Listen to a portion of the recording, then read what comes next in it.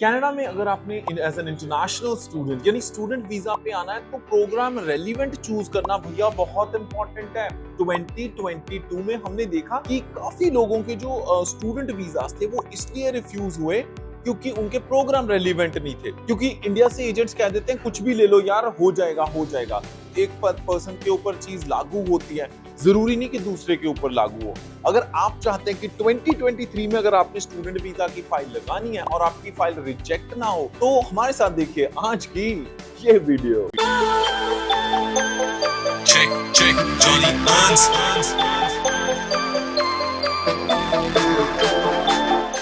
जी हाँ दोस्तों, मैं हूं जॉनी हंस और लेके हाजिर हूं आज की एक खास वीडियो। इस वीडियो में हम बात करने वाले हैं कि जब आप अपनी स्टूडेंट वीजा की फाइल लगाते हो, प्रोग्राम का रेलिवेंट होना कितना इंपॉर्टेंट है और कैसे आप चूज कर सकते हैं relevant program. So relevant programs का जहां तक मानना है वो सबसे पहले ये इंपॉर्टेंट चीज है कि प्रोग्राम जो आप चूज कर रहे हो वो रेलिवेंट होना चाहिए। रेलिवेंट किसके साथ होना चाहिए, दैट्स इंपॉर्टेंट। अब ये देखिए, अगर आपने बीकॉम कर रखी है तो अगर आप बीकॉम करने के बाद यहाँ पे एमबीए करने आ रहे हो तो ऑब्वियसली डायरेक्ट आपका दिखा रहा है कि यार बीकॉम के बाद इन्होंने एमबीए करनी है, विच इज रेलिवेंट प्रोग्राम। अब अगर आप कहते हैं कि आपने बीएससी मेडिकल की थी, उसके बाद आपने एज अ फार्मेसी ओनर काम कर रहे हो, you own a pharmacy and you want to expand pharmacies in other cities, तो उस केस में आप अगर एमबीए करने आओ, प्रॉपर आपको प्रोग्रेशन दिखाओ तो फिर ये रेलिवेंट है। बट हाँ, अगर आपने बीएससी मेडिकल कर रखी है, बीएससी मेडिकल के बाद सीधा आप कह रहे हो एमबीए लेनी है, तो ऑब्वियसली आपकी रेलिवेंसी नहीं बनेगी और आपका वीजा रिजेक्ट होने के ज्यादा चांसेस हैं। इसी तरह मान लीजिए कि आपने कॉमर्स में कर रखी है अपनी 12th और अब आप अर्ली चाइल्डहुड एजुकेशन ले रहे हो, तो obviously it is not a relevant program, यहाँ पे भी प्रॉब्लम आ सकती है।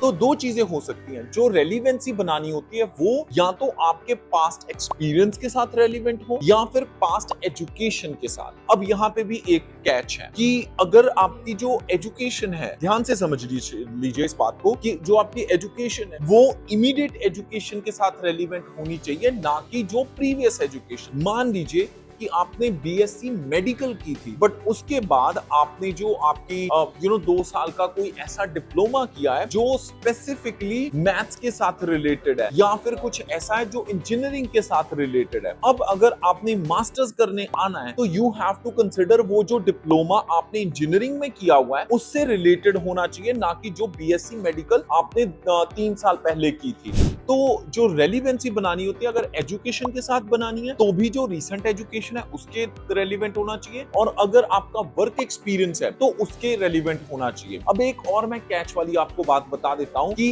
कुछ ऐसे प्रोग्राम्स होते हैं जो बहुत सारे लोगों की रेलिवेंसी के साथ फिट बैठ जाते हैं, बस उनकी रेलिवेंसी प्रूव करनी आनी चाहिए। हमारी टीम ने अब तक 8-8 साल के गैप वाले लोगों के वीजाज अप्रूव होते हुए देखे हैं अपनी टीम के थ्रू, तो obviously it is doable.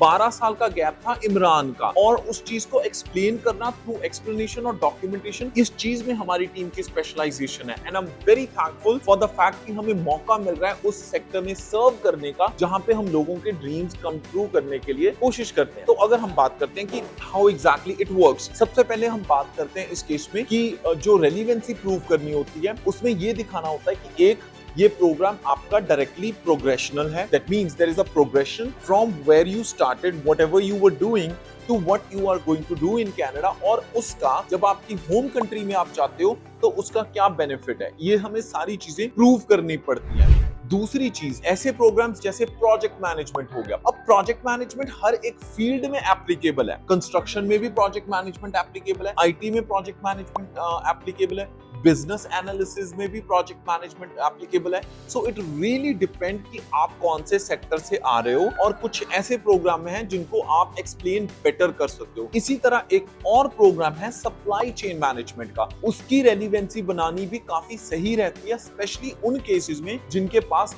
Operations, manufacturing, factories का एक्सपीरियंस है, या फिर उनके पास एक्सपीरियंस है बिजनेस का, वो भी चल जाते हैं। फार्मास्यूटिकल इंडस्ट्री वाले, उनके लिए भी सप्लाई चेन का प्रोग्राम सही रह जाता है। सो इट रियली डिपेंड्स आपको उसको घुमाते बात को कैसे हैं, या फिर आप अपनी जो बात है वो ऑफिसर के सामने रखते कैसे हैं, इतनी clearly that the person gets convinced कि हाँ भाई ये जो स्टूडेंट है ये पढ़ाई करके अल्टीमेटली यहाँ पे अटकेगा नहीं, मतलब कोई गलत रास्ता नहीं अख्तियार करेगा। अगर इस बंदे को कभी कहा जाए अपनी होम कंट्री चले जाओ, देन ही और she would actually go back to their home country. ये चीज को प्रूव करना होता है, इसीलिए वो ये चीज देखते हैं कि यार प्रोग्राम जो आप ले रहे हो वो रेलिवेंट होना चाहिए। अगर आपने रेलिवेंसी प्रूव करने में आपको हेल्प चाहिए, एसओपी बनवानी है, ये देखना है कि कौन से फंड्स लगाने हैं या फंड्स शो करने में आपको हेल्प चाहिए, एक्सप्लेन करने में हेल्प चाहिए, तो आप हमारी टीम को कांटेक्ट कर सकते हैं।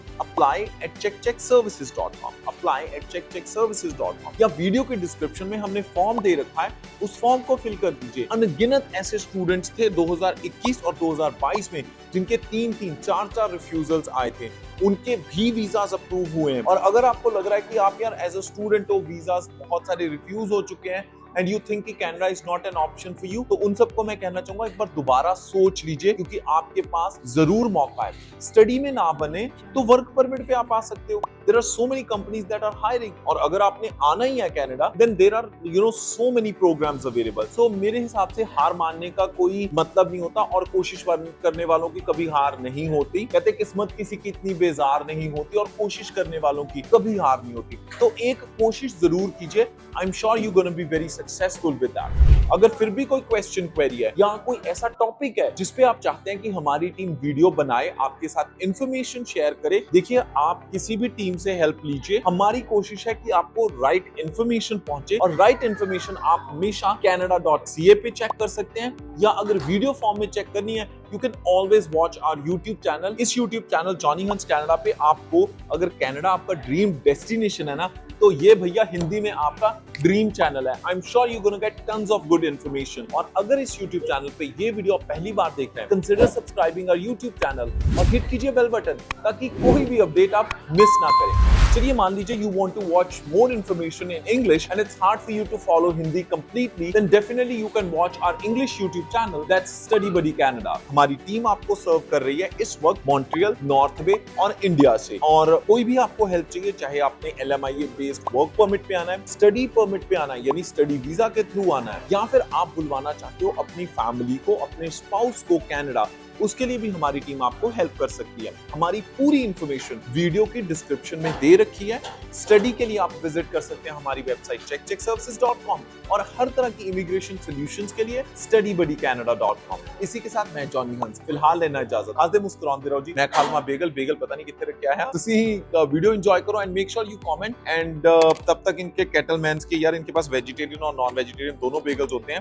जागृत खाता है वेजिटेरियन और मैं non vegetarian, so let me see what they have. और तुसी हंसदे मुस्कुराते रहो जी।